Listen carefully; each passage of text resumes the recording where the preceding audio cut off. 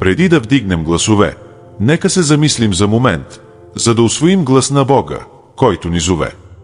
Чуй какво е написано в 2 Солунци 3, стих 3. Но Господ е верен и Той ще ни укрепи и ще ни пази от лукавия. Тези думи са като утеха сред тъмнината. Напомняне, че Богът, който те познава, не се разсейва нито се отказва. Той не обръща гръб, когато тежестта те смачква. Не се изтощава да носи твоето бреме. Господ е вечна скала, внимателен към всеки твой ход. В скритите сълзи, в тихите битки, в нощите, които крадат съня ти. Този стих не е празно обещание, е жива гаранция. Бог не стои в страни, само гледайки. Той те подкрепя, когато краката треперят, издига бариера, когато врагът се приближава и отива по-далеч, спасявайки те от опасности, които не подозираш, като онова не, което заболя, но те отклони от крив път. Премисли, дали мълчанието му не е ръка, която те води към безопасност. Той пази дух ти, когато мечта се руши, осветява пътя ти, когато всичко е тъмно, и те държи, когато чакането те изтощава. Вдишай дълбоко сега. Дай на тази сигурност да те обгърне. Да се молим заедно. Отче небесни, намирам те с благодарност за Твоята лоялност, която не се чупи.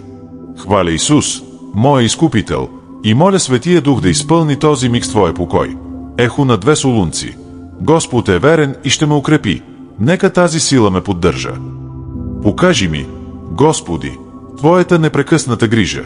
Нека кръвта на Исус прогони страха, който ме парализира, и ми даде смелост да вървя. Пази крачките ми днес, защити ме от скритите капани и разкрий Твоето присъствие. Сви плана на лукавия, който иска да ме събори, в името на Исус. Докосни моя дом, Отче, донеси спокойствие на бурите и изцели дълбоките рани. Благослови моя труд, съседите ми и моя път. Нека Твоята светлина разсее сянката на съмнението и събере счупени сърца.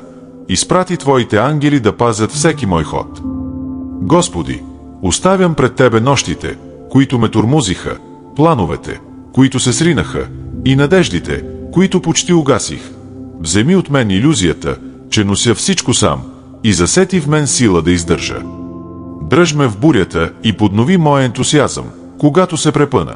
Нека лъвът от Иуда, победителят, ме покрие с неговата мощ, дори в несигурността. Отче, предавам Ти моя настоящ момент, моето бъдеще и дори сълзите, които текат. Вземи моята същност и направи ме да усетя Твоята защита. Нека се укрепя в Твоята верност, дори без да виждам края. В триумфалното име на Исус се молим. Амин. Благодаря Ви, че се съединихте с мен, скъпи хора. Ако усетихте обятията на Бога, оставете амин в коментарите или предложете какво искате да видите после. Абонирайте се за канала, активирайте звънеца и потупете се повече в Неговото присъствие. Нека мирът на Исус ви обгърне днес. До скоро!